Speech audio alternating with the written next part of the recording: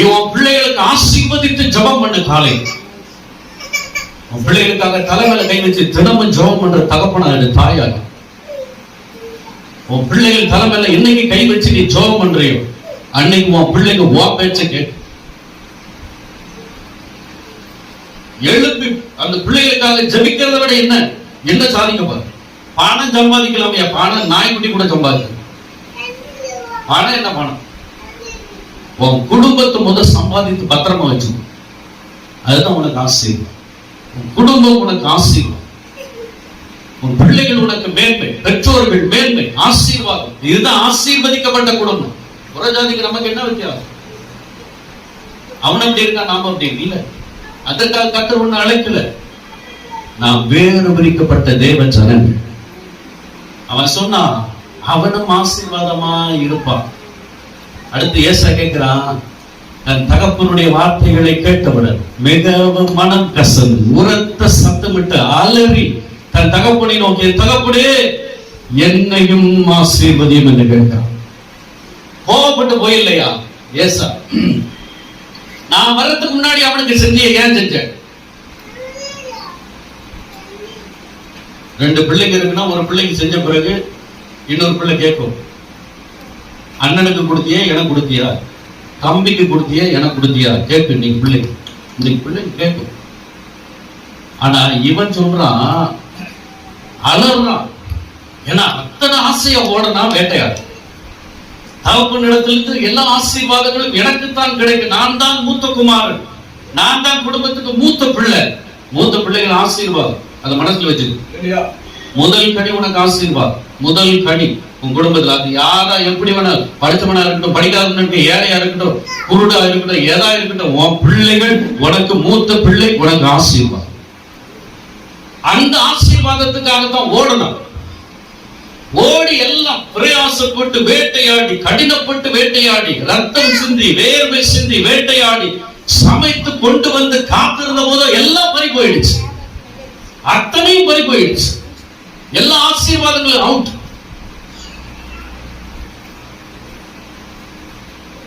தம்பி ஏமாத்திட்டு போயிட்டோம். வீட்டுல கிடக்கும்.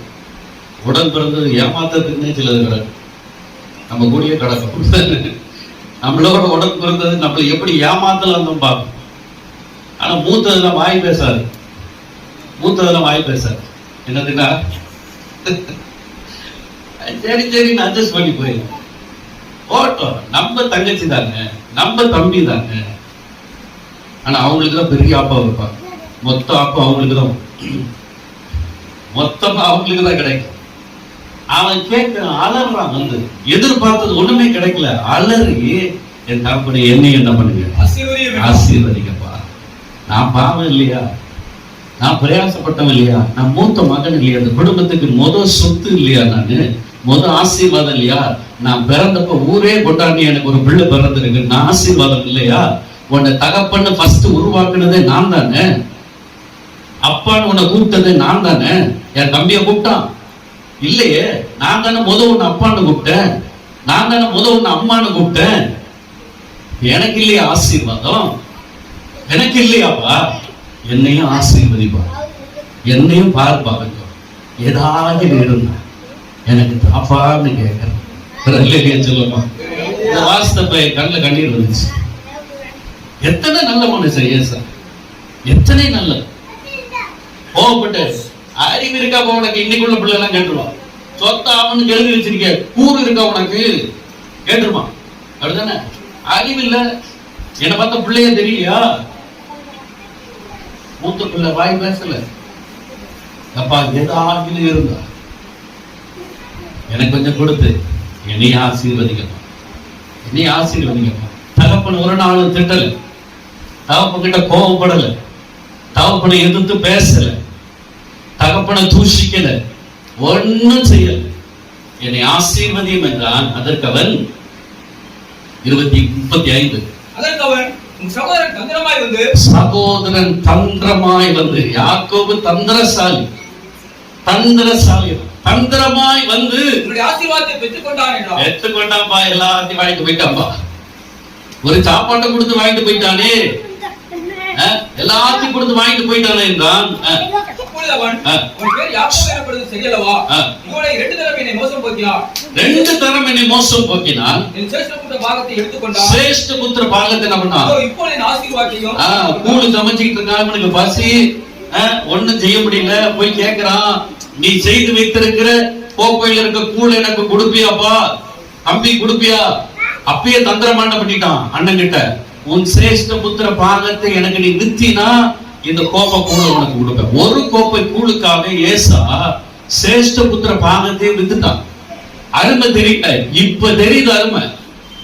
தகப்பனுடைய அருமை அப்ப தெரியல, இப்ப தெரியுது. இப்ப கேக்குறான், அவன் சொல்றான் வந்து 2 முறை என்னை ஏமாத்திட்டான். அப்ப கோப்பை கூழ வச்சு சேஷ்டபுத்திர பாகத்தை ஏமாத்தி எடுத்தான். இப்ப தந்திரமா வந்து வேட்டையாடி கொண்டு வந்தேன் என்று சொல்லி ஆசீர்வாதத்தெல்லாம் வாங்கி கொண்டு போனானே என்று சொல்லி, நீர் எனக்கு ஒரு ஆசீர்வாதத்தை வைத்து வைக்கவில்லையா? நீர் எனக்கு ஒரு ஆசீர்வாதத்தையாகிலும் வைக்கலையா? ஒரே ஒரு ஆசீர்வாதம் கூட உங்ககிட்ட இல்லையாப்பா? ஒரு 100 ரூபாய் நோட்டு கூட இல்லையாப்பா? 1000 பேர் கோடி ரூபாய் கொடுக்கலாம். அப்பம் கையில இருந்து 10 ரூபாய் வாங்கினா அது ஆசீர்வாதம். அதுக்குதான் பிள்ளை ஏங்குறியா? உன் பிள்ளை ஏங்குறது என்ன தெரியுமா? அவன் தருமா இவன் தருமான் இல்ல. ஏன் அப்பா எனக்கு 10 ரூபாய் கொடுப்பானா? மனசு வேணும், மனசு வேணும். பிள்ளைங்க கிட்டே இருந்தே பிடிக்கிட்டே இருக்கக்கூடாது. நாம எதனா செய்யணும். பிள்ளைக்கு சாகிற வரைக்கும் என் பிள்ளைக்கு நான் செய்யணும். அது என் மேல் விழுந்த கடமை, என் மேல் விழுந்த உத்தரவாதம். ஒரு ஆசீர்வாதம் கூட நீங்க வச்சில்லையாப்பா? எனக்காக ஒண்ணு கூட நீங்க வச்சில்லையா என்று கேட்கிறான். ஈசாக்கு ஏசாவுக்கு பெரிய திருமக, இதோ நான் அவனை உனக்கு எஜமானாக வைத்தேன். எஜமானா வச்சுட்டேன். விரலியா சொல்லுவோமா? எஜமானா வச்சுட்டேன். எப்ப அவன் ஆசீர்வாதத்துல வாங்கிட்டு போயிருக்கலாம், சொத்தெல்லாம் வாங்கிட்டு போயிருக்கலாம், தந்திரமா வந்து ஏமாத்தி இருக்கலாம், சேஷ்டபுத்திர பாகத்தை ஏமாத்தி இருக்கலாம், என்னை ஏமாத்தி இருக்கலாம், அம்மாவை ஏமாத்தி இருக்கலாம், உன்னை ஏமாத்தி இருக்கலாம், குடும்பத்தை ஏமாத்தி இருக்கலாம். ஆனால் நான் உன்னை அவனுக்கு எஜமானனாக வைத்திருக்கிறேன். அல்லேலூயா. எஜமானனாய் வைத்திருக்கிறேன்.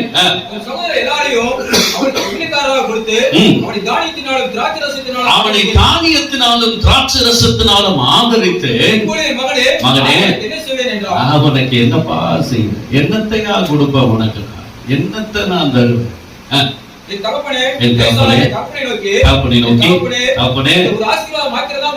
ஒரே ஆசீர்வாதம் மாத்திரமா இடத்தில் உண்டு. அவன் ஆசீர்வதித்தது மட்டுமா இடத்துல உண்டு. அந்த சொத்து மட்டுமா வச்சிருக்கிற. எனக்கு எது வேண்டாம்ப்பா. நீ வச்சிருக்க ஆடு மாடு தேவையில்லை, மாட மாளிகை தேவையில்லை, அதெல்லாம் அழிஞ்சு போயிடும். நான் ஆசீர்வாதமா இருப்பேன்னு சொல்லி என் தலை மேல கை வச்சு எனக்காக ஜபம் பண்ண, அது போகும். பார்க்கிற பொருள் அழிஞ்சு போயிடும். நீ வச்சிருக்க பொருளை நீ தூக்கிட்டு போக முடியாது. உன் சொத்தை, உன் நிலத்தை, உன் வீட்டை, உன் சம்பத்தை, ஏன் 1 ரூபாய் காசு உன்னால கொண்டு போக முடியுமா? இல்லையா, கொண்டு போக முடியாது. அவன் கேட்கிறான், ஒரு ஆசீர்வாதம் கூட எனக்கு இல்லையா? தகப்பனே என்னையும் ஆசீர்வதி என்று சொல்லி ஆசீர்வாதத்தை வாங்குற வரைக்கும் அலறான், புரள்றான், கேட்கிறான், அழுகிறான், கதறான். ஏன் தெரியுமா? தகப்பன் வைத்திருக்கிற ஆசீர்வாதம் மேன்மையானது, மேன்மையானது, மேன்மையின் ஆசீர்வாதம். அந்த ஆசீர்வாதம் கிடைக்காது, அந்த ஆசீர்வாதம் கிடைக்கும்.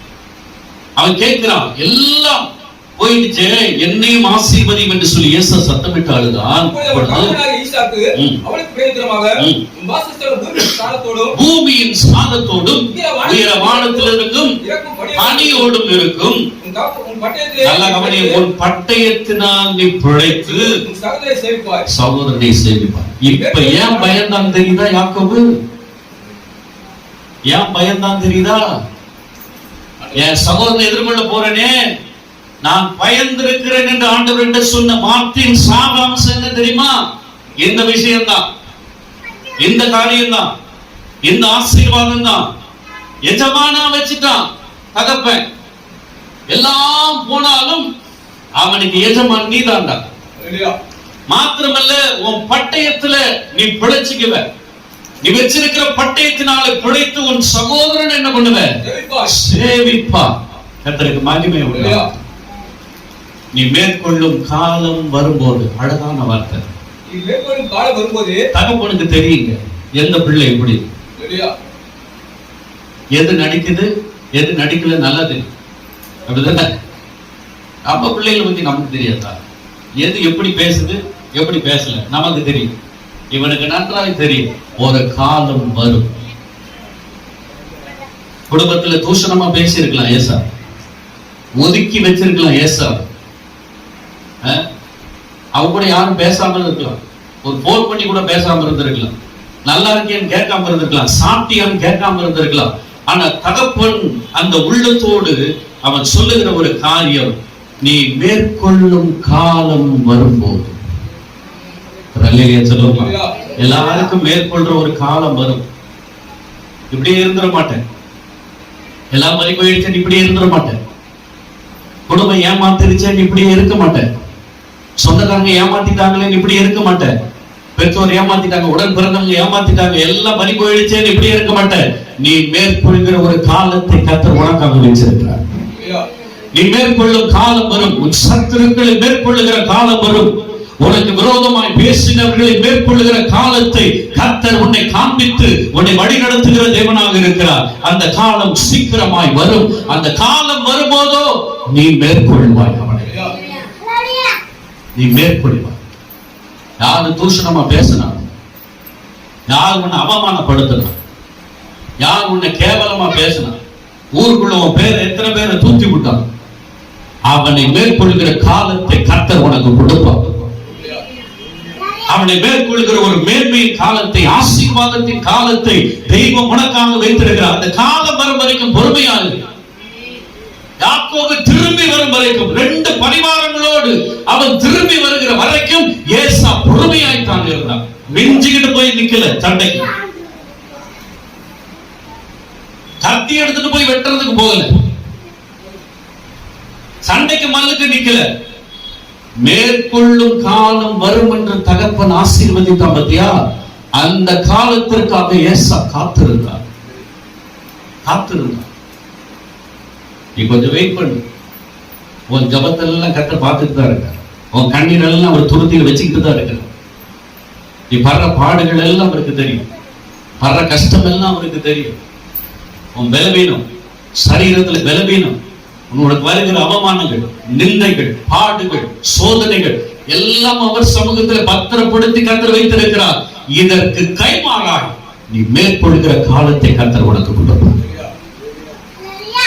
அந்த காலம் வரும், வரும்போதோ உன் கழுத்தில் இருக்கிற அவனுடைய நுகத்தை நீ உரித்து போடுவாய் என்றார். உன் கழுத்தில் இருக்கிற அவனுடைய நுகத்தை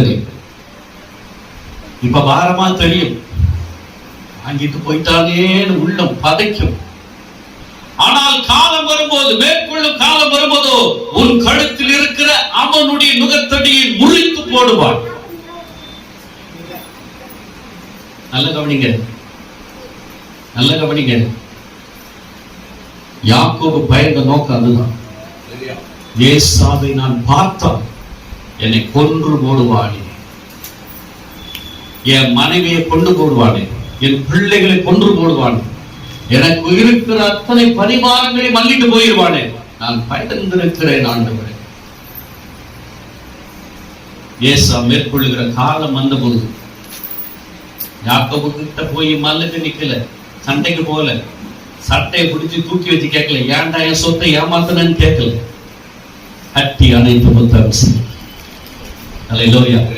அதுதான் தேவ பிள்ளை, அதுதான் தேவ பிள்ளை. தந்திரமா வாங்கிட்டு போயிருக்கலாம், ஏமாத்தி இருக்கலாம். யாக்கோபை தன் தகப்பன் ஆசீர்வதித்த நிமித்தம் ஏசாவுக்கு யாக்கோபை பகைத்து என் தகப்பன் துக்கிக்கும் நாட்கள் சீக்கிரமாய் வரும், கொன்னு போடுவேன் நினைச்சவன் கொன்னானா? கோபத்துல வர்றதுதான், அப்படிதானே? கண்டனம் வெட்டிடுவான் அவனை, அப்படிமா அவனை விட மாட்டேன். நான் உசுறு போனாலும், நான் செத்தாலும் அவன் மூஞ்சில முளைக்க மாட்டேன். நீ செத்த பிறகு முழிக்க. அப்படி வைராக்கியம் பாராட்டினவர்கள் தான் கொன்று போடுவேன் என்று ஏசா தன் இருதயத்தில் என்ன பண்ணான், சொல்லிக் கொண்டான். மூத்த மகனாகிய ஏசாவின் வார்த்தையிலே ரெபெக்காளுக்கு அறிவிக்கப்பட்டது. அப்பொழுது தன் இளைய மகனாகிய யாக்கோபை அழைத்து, உன் சகோதரனாகிய ஏசா உன்னை கொண்டு போட நினைத்து தன்னை தேற்றிக் கொள்கிறான். ஆகவே என்ன பண்ணேன், மகனே, நான் சொல்வதை கேட்டு எழுந்து புறப்பட்டு ஆரானில் இருக்கிற என் சகோதரன் லாபான் இடத்திற்கு என்ன பண்ணேன், ஓடி போய் எல்லா தந்திரத்தையும் சொல்லி கொடுத்தா. இப்ப மூத்த பிள்ளைகிட்ட இருந்து சின்ன பிள்ளையை காப்பாத்துறதுக்கு இன்னொரு தந்திரத்தையும் சொல்லி கொடுக்கிறா. என் சகோதரன் லாபான் வீட்டுக்கு என்ன பண்ண, ஓடி வேகமா ஓடி போய், இல்லைன்னா உன்னை கொண்டுருவான். உன் சகோதரனுடைய கோபம் தனியை மட்டும் சில நாள் என்ன பண்ணு, அங்கே இரு, அவன் மாமா வீட்டுல இரு, அவன் மாமா வீட்டுல இரு அப்படின்னு சொல்லி அனுப்புறான். வாசிங்க. தனிந்து நீ அவனுக்கு செய்ததை அவன் மறந்து பின் நான் நாள் அனுப்பி அவ்விடத்திலிருந்து உன்னை என்ன பண்ண அழைப்பிப்பேன். ரெண்டு பேரையும் சட்டப்பட்டு ஒரே நாள் இழந்து போகணும். நீ போ, நான் உன்னை பாத்துக்கிறேன்.